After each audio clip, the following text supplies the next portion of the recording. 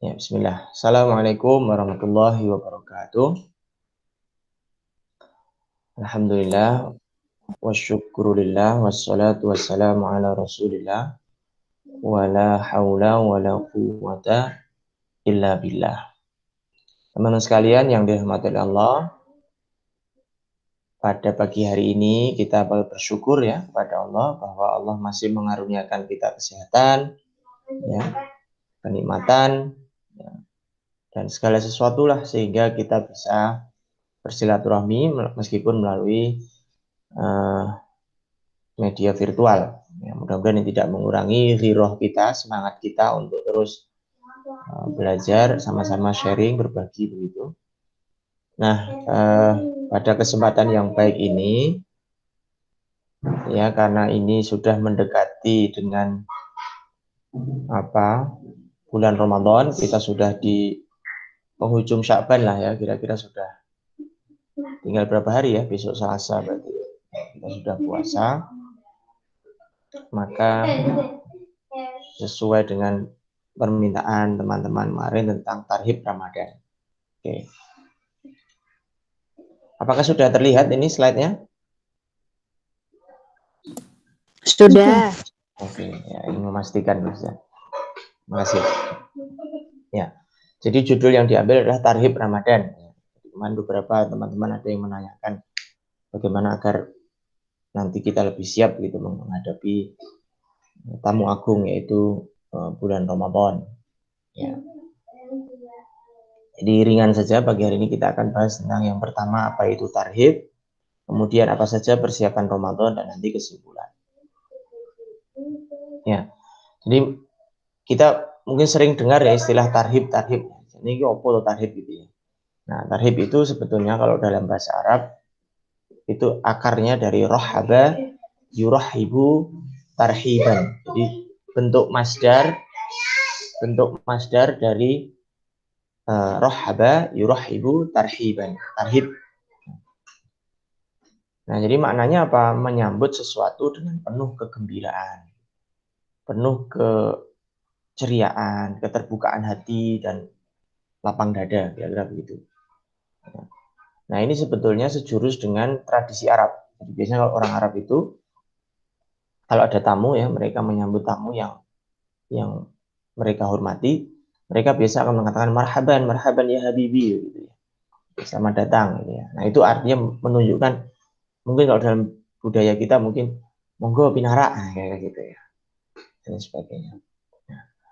Nah, sehingga Ramadan ini kan kita sebut sebagai tamu istimewa. Kenapa? Karena ya kalau dibanding dengan bulan-bulan yang lain, di antara 11 bulan lainnya, ya, kata Allah itu kan di dalam satu tahun ada 12 bulan ya, itu kalender Hijriah itu ya. Nah, 11 bulan yang lain, di antara 11 bulan yang lain, Ramadan yang paling istimewa, bulan terbaik. Makanya disebut tamu istimewa. Karena dia tamu istimewa, maka tidak boleh disambut dengan cara biasa, tapi harus disambut dengan cara yang juga istimewa. Nah, itulah kenapa kemudian kalau sudah masuk bulan Ramadan, auranya berbeda. Biasanya kalau di rumah-rumah mungkin ada yang membuat dekorasi gitu ya. Kemudian di masjid-masjid ada juga yang membuat persiapan-persiapan yang sifatnya dekoratif lah, sifat-sifatnya untuk membuat suasana menjadi berbeda. Ada yang mengatakan marhaban ya Ramadan, ada yang mengatakan ahlan wa sahlan Ramadan, dan seterusnya. Nah, ini adalah bagian dari cara-cara seperti itu. Bahkan ada masjid yang mengadakan sambutan Ramadan dengan sepeda gembira, misalnya. Sepeda gembira dalam rangka tarik Ramadan keliling kampung. Itu semua dilakukan adalah karena kita ingin menyambut tamu istimewa yang bernama Ramadan. Nah, persiapan apa yang perlu kita siapkan karena itu tamu istimewa? Maka tentu saja banyak persiapan yang harus kita siapkan. Di antaranya ada 4 ya. Persiapan hati, persiapan ilmu, persiapan fisik, persiapan materi. Meskipun sebenarnya kalau merujuk kepada perilaku para sahabat, mereka mempersiapkan Ramadan itu 6 bulan sebelum Ramadan, bisa dibayangkan. Berarti di bulan apa itu? Muharram, ya, Safar, Rabiul Awal, Rabiul Akhir, Jumadil Awal, Jumadil Akhir, ya sekitar Jumadil Akhir lah, ya. Sekitar Jumadil Akhir itu sudah mulai mempersiapkan. Jadi kalau 3 bulan sebelum Ramadan berarti Ramadan kan bulan ke-8 ya. Muharram, Safar, Rabiul Awal, Rabiul Akhir, Jumadil Awal, Jumadil Akhir, Rajab, Sya'ban, Ramadan. Nah, Ramadan bulan ke-9 berarti bulan ketiga. Muharram, Safar, Rabiul Awal. Berarti Rabiul Awal itu sudah mulai mempersiapkan para sahabat. Insyaallah. Tapi tidak ada masalah, tidak ada kata terlambat. Nah, apa saja persiapannya? Nah, itu sudah 4. Kita akan bahas pada pagi hari ini satu persatu. Oke, yang pertama adalah persiapan hati. Nah, ini. Jadi, bagaimana kita bisa mengkondisikan dan menata hati ini sebaik mungkin. Agar apa? Agar dalam beribadah itu kita menjadi lebih tenang dan nyaman selama bulan Ramadan. Karena apa? Karena varian Ramadan ini banyak sekali. Varian ibadah Ramadan ini banyak sekali. Ya, ada sholat tarawih, ada buka puasa, ada tadarus, ada banyak sekali. Nah, bagaimana agar dalam menjalani ibadah kita tuh merasakan enjoy, rasa nyaman, tenang. Karena tidak sedikit orang itu yang ketika beribadah dia merasakan gelisah. Salah satu contoh kegelisahan orang beribadah itu adalah ketika beribadah dia melakukan dengan terburu-buru, dia melakukan dengan tergesa-gesa, dia ingin itu cepat selesai. Nah, itu adalah salah satu tanda bahwa orang beribadah dalam kondisi tidak tenang. Ya. Kalau dalam bahasa ulama itu murah-khosan, dia merasa pengen paket hemat. Nah, dia ada gitu, paket hemat, paket kilat dan lain sebagainya. Nah, itu adalah tanda-tanda bahwa kita tidak sedang nyaman atau tenang dalam beribadah. Nah, sehingga hati ini perlu ditata. Nah, jadi kalaupun kita pernah merasa tidak tenang dalam beribadah, maka kuncinya adalah istighfar. Istighfar. Ya. Karena memang para ulama mengatakan, ya, bahwa dosa itu adalah salah satu yang membuat kita berada dalam kegelisahan. Kemaksiatan itu adalah salah satu sebab utama kita dalam kegalauan. Nah, bagaimana caranya untuk menghilangkan dosa itu? Salah satu amalan untuk menghilangkan dosa adalah istighfar. Mohon ampun pada Allah. Astaghfirullahaladzim wa atubu ilaih. Ya, itu salah satunya. Kemudian bisa juga dengan sayyidul istighfar. Allahumma anta rabbi la ilaha illa anta khalaqtani wa ana 'abduka wa ana 'ala ahdika wa 'ahdika mastata'. A'udzubika min syarri ma sana'tu abu'u laka bi ni'matika 'alayya wa abu'u bi dzambi faghfirli fa innahu la yaghfiru dzunuba illa anta. Kita perhatikan surat Hud ini ayat 3. Allah berfirman, a'udzubillahi minasyaitonir rajim wa anistaghfiru rabbakum tsumma tubu ilaihi yumati'akum mata'an hasanah. Dan hendaklah kalian beristighfar kepada Tuhan kalian, ya. Tsumma tubu, kemudian bertobatlah kepada Allah. Istighfar kemudian bertobat. Yumati'akum mata'an hasanah. Allah akan berikan kenikmatan kepada kalian, kenikmatan yang banyak. Nah, salah satu kenikmatan itu adalah yang bisa kita rasakan adalah kenikmatan dalam beribadah, ketentraman dalam beribadah, keikhlasan dalam beribadah. Nah, ini adalah bagian dari nikmat. Jadi jangan dibayangkan bahwa nikmat itu hanya sesuatu yang sifatnya materi saja, kebahagiaan dan lain sebagainya juga nikmat. Kemudian dalam ayat 52 dalam surat yang sama Allah juga berfirman, wa ya qaumi astaghfiru rabbakum, wahai kaumku, mohon ampunlah kalian kepada Tuhanmu, tsumma tubu, kemudian bertaubat kepadanya, yursilis sama alaikum midrara, Allah akan menurunkan hujan yang deras, wa yazidkum quwwatan ila quwwatikum, dan Allah akan menambahkan kekuatan kamu di atas kekuatan sebelumnya. Ya. Jadi Allah akan turunkan hujan yang deras, artinya rezeki yang berlimpah. Wa yazidkum quwwatan ila quwwatikum, artinya maknanya adalah Allah akan berikan kamu kemuliaan. Dalam Ibnu Katsir itu memberikan kemuliaan atas kemuliaan yang sudah ada pada kamu. Artinya Allah akan meningkatkan kemuliaan kamu, derajat kamu. Insyaallah, ini janji Allah, dan Allah tidak pernah mengingkari janjinya. Ya, karena memang urusan hati ini urusan yang sangat penting. Apalagi manusia itu hatinya mudah terbolak-balik, mudah berubah-ubah. Esok tempe, sore dele gitu ya. Karena memang fitrahnya kita ini ada dua cabang manusia itu hati. Ya, fa'alhamaha fujuraha wa taqwa. Allah itu memberikan pada kita ilham berupa suasana hati yang bisa bersifat tiba-tiba itu fujur, ya, merusak, tapi juga bisa bersifat takwa, bertakwa kepada Allah, takut kepada Allah. Nah, bahkan ya hati ini bisa lebih rapuh daripada piring kaca ya. Rasanya sulit sekali menjaga niat itu. Ya. Hari ini kita sudah berusaha meluruskan niat, tapi besok ternyata bisa bergoyang. Kita detik ini misalnya kita mau sholat duha misalnya sudah niat itu ya, tapi ternyata berbelok niatnya itu. Nah, itulah kenapa di dalam agama kita pentingnya tajdi dunia atau yang disebut dengan update, ya, memperbaharui niat. Jadi yang diupdate itu bukan hanya aplikasi WhatsApp kita ya, tapi yang diupdate juga niat kita. Karena niat itu selalu berubah seiring dengan godaan setan. Nah, sehingga harapannya dengan niat yang lurus, niat yang bersih itu, maka hati kita menjadi qalbun salim, hati yang selamat, yang merupakan dambaan setiap hamba. Ya. Kenapa? Karena besok di hari kiamat itu akan terjadi yaumala yang fa'umalun wala banun. Itu hari di mana harta dan anak-anak kita itu sudah tidak bisa memberikan bantuan apapun pada kita. Tidak bisa memberikan manfaat pada kita.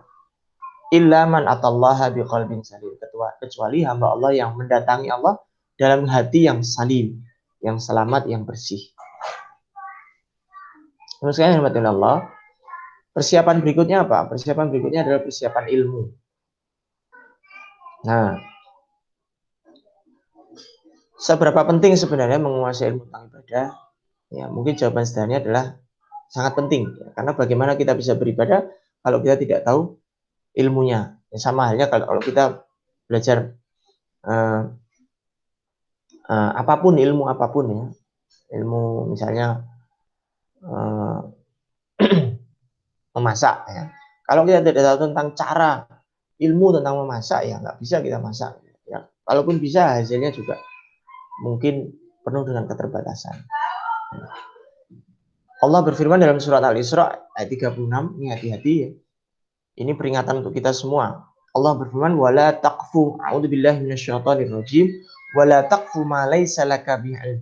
Dan janganlah kalian mengikuti dan janganlah kamu mengikuti ma laisa laka bi'ilm, sesuatu yang engkau tidak punya ilmunya. Jadi ini jelas ini. Allah memerintahkan kita tidak boleh taklid ya, mengikuti sesuatu tanpa ilmu. Terus pokoknya gur melu-melu nah, itu enggak boleh. Kenapa? Inna sam'a wal basara wal fuada, sesungguhnya pendengaran kita, penglihatan kita dan hati kita, fuad itu hati ya, kullu ulaika kana anhu mas'ula. Sebentar saya submit dulu, ada yang mau masuk. Bisa ini.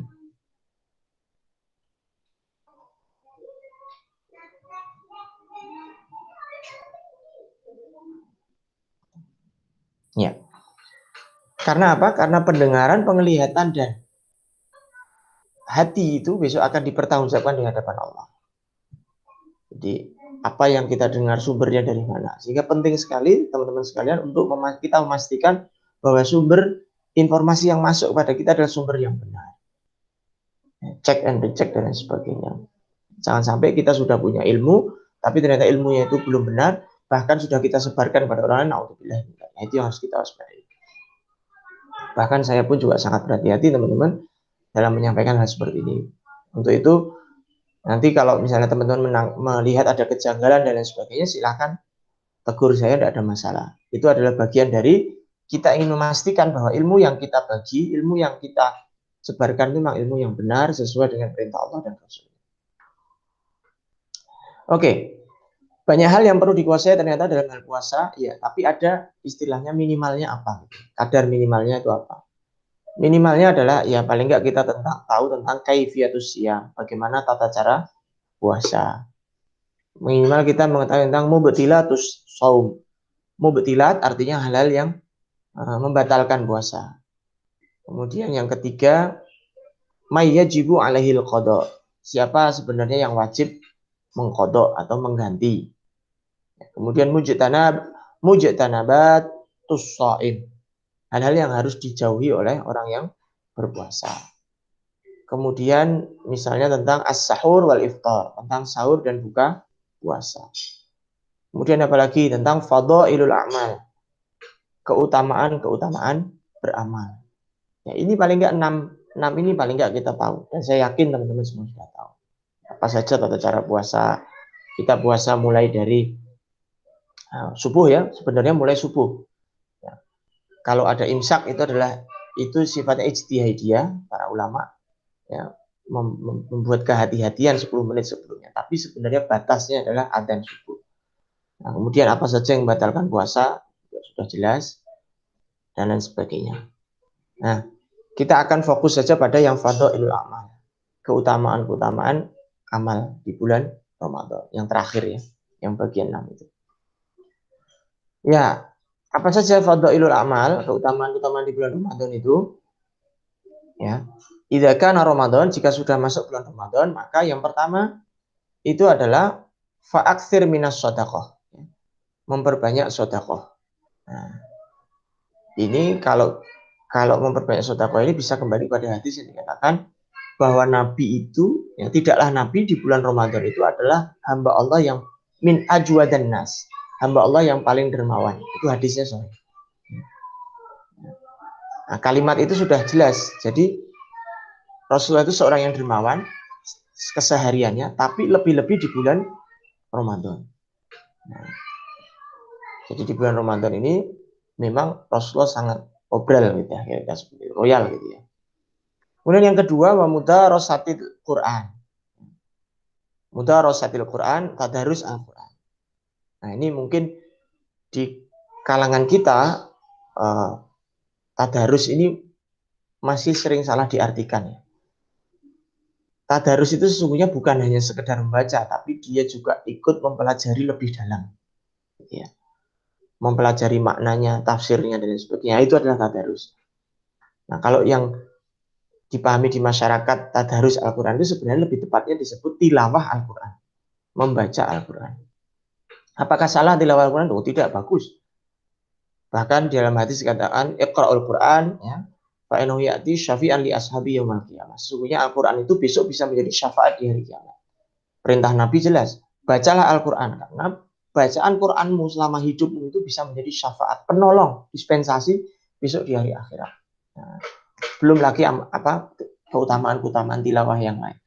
Tapi kalau kita ingin lebih lagi adalah satu tingkat di atas tilawah adalah tadarus atau tadabur gitu ya. Mempelajari Al-Quran lebih dalam. Ya, bisa mengikuti kajian, bisa membaca tafsir dan lain sebagainya. Nah, harapannya dengan kita memahami lebih dalam, maka kita nilai-nilai Al-Quran itu bisa lebih tercerah dalam diri kita dan kita dimudahkan Allah untuk mengamalkannya. Kemudian yang ketiga, waqum qiyamal lail. Nah, mendirikan sholat qiyamul lail. Ihda asyarata rakaatan, 11 rakaat. Arba'an. Dengan model 4-4, au masna atau 2-2. Jadi 4-4 atau 2-nya 4 kali atau 8, wasalatan dan 3 witir. Ya. Nah, ini teman-teman gak usah khawatir. 11 atau 23 sama saja. Ya. Yang nggak benar itu adalah yang nggak sholat malam. Karena yang 11 itu dalilnya adalah hadis Aisyah radhiyallahu anha. Kemudian 23 adalah mengikuti apa yang dilakukan oleh Umar bin Khattab. Jadi Umar bin Khattab itu sholat 20 rakaat. Kemudian yang 3 adalah witir. Ya. Tidak ada masalah. Ya. Kalau di masjidnya kok hanya ada 23, sedangkan dia ingin 11, ikut saja 8, kemudian nanti witir di rumah. Nah, itu adalah bagian dari toleransi dalam meyakini sebuah amalan. Dan yang keempat adalah iktikaf. Wa'takif fil ashril awakhir. Berusaha untuk iktikaf di 10 hari terakhir. Nah, ini juga disunahkan ya, dianjurkan. Berdiam diri di masjid. Ya. Berzikir, membaca Al-Quran, ya. Mohon ampun pada Allah. Ya. Salat qiyamul lail, ya. Ya. Dan lain sebagainya. Nah, ini juga dianjurkan. Teman sekalian rahmatullah Allah. Oke. Berikutnya persiapan yang tidak kalah penting adalah persiapan fisik. Nah, ini juga tidak kalah penting ya. Kenapa? Karena puasa ini mungkin ya boleh saya sebutkan ibadah yang memerlukan fisik setelah haji. Haji tentu kita tahu, haji itu butuh fisik yang luar biasa. Ada ibadah yang dilakukan katakan dalam 5 atau 6 hari berturut-turut dan itu butuh fisik yang luar biasa, yaitu saat wukuf di Arafah itu. Nah, kenapa demikian? Kenapa kita perlu persiapan fisik dalam berpuasa? Ya karena di dalam soal Baqarah bagian akhir itu wa antasumu khairul lakum. Ya. Dan jika kamu milih untuk berpuasa, itu lebih baik bagi dirimu. Ya. Jadi artinya apa? Berarti butuh kesehatan. Dalam konteks ini kita perlu kesehatan. Ya, karena ada rukhsah, ada keringanan bagi orang yang berpuasa. Itu adalah ketika dia misalnya sakit, ketika dia bepergian dan lain sebagainya. Tapi kalau kamu bisa berpuasa di luar dalam konteks bepergian maupun sakit, maka itu lebih baik bagi dirimu kata Allah. Berarti kalau kita bisa dalam keadaan sehat, berpuasa dalam keadaan sempurna, itu akan lebih baik. Menjaga kebugaran. Nah, kebugaran ini juga penting. Kebugaran adalah kondisi di mana kita merasakan tidak terbebani oleh sebuah aktivitas. Ini adalah kebugaran. Jadi kita melakukan aktivitas, tapi fisik kita itu tidak terbebani. Kita merasa fit. Nah, kebugaran itu juga penting.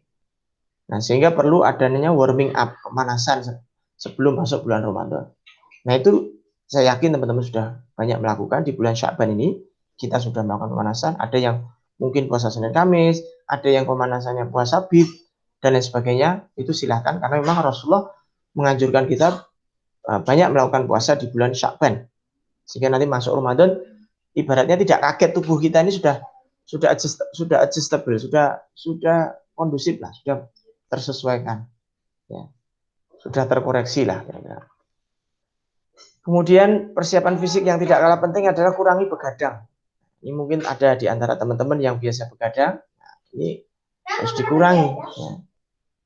Karena ya meskipun mungkin beban pekerjaan tidak bisa kita hindari, tapi begadang ini satu dari sekian banyak yang bisa membuat tubuh kita menjadi tidak bugar. Bangunnya tidak enak, ibadahnya tidak, subuhnya tidak enak, dan sebagainya. Kemudian juga persiapan yang tidak kalah penting adalah olahraga yang proporsional. Kenapa saya tulis proporsional? Karena orang yang melakukan olahraga tapi over, berlebih, nah itu sesungguhnya membahayakan dirinya sendiri. Bahkan nanti di bulan Ramadan itu sebenarnya kita tidak boleh berhenti dari olahraga. Kita bisa olahraga jalan kaki, gitu ya. Yang ringan-ringan, yang kira-kira tidak membuat puasa kita batal. Nah, itu adalah persiapan fisik. Kita berharap agar mudah-mudahan puasa yang akan kita hadapi besok ini kita dalam keadaan sehat semua, teman-teman sekalian. Dalam keadaan bugar, dalam keadaan fit, sehingga kita bisa melaksanakan puasa penuh, khususnya bagi bapak-bapak. Kalau ibu-ibu kan beda.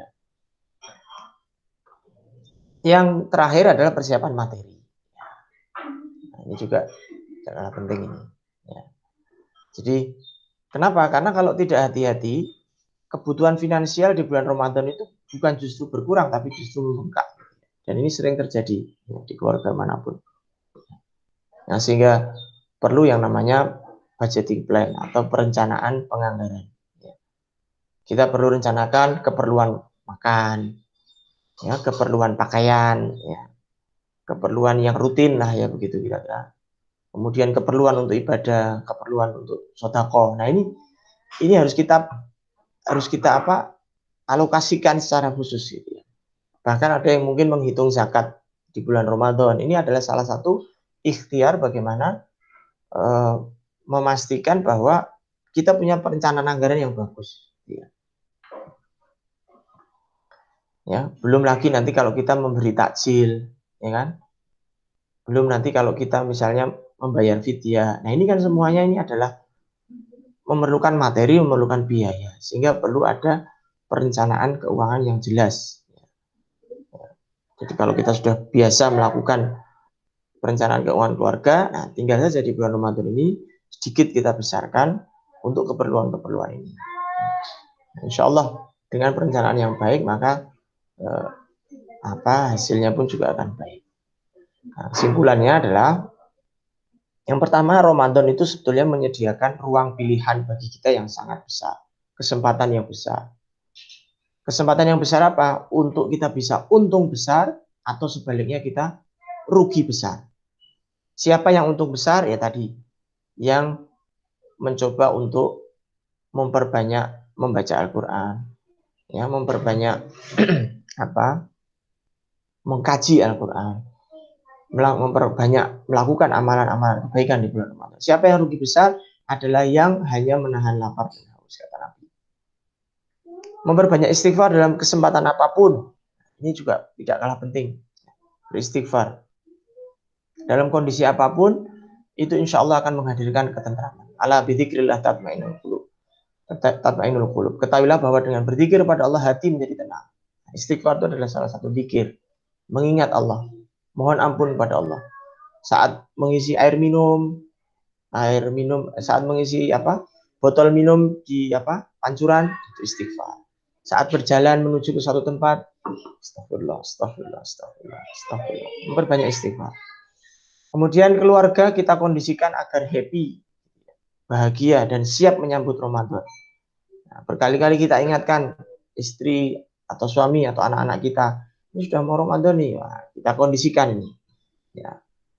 Yang mungkin di rumahnya mulai ditempel-tempel silahkan, ya. Dekor-dekor balon lah, welcome Ramadan lah, atau tarif Ramadan lah itu reminder lah, sebetulnya sebagai pengingat saja.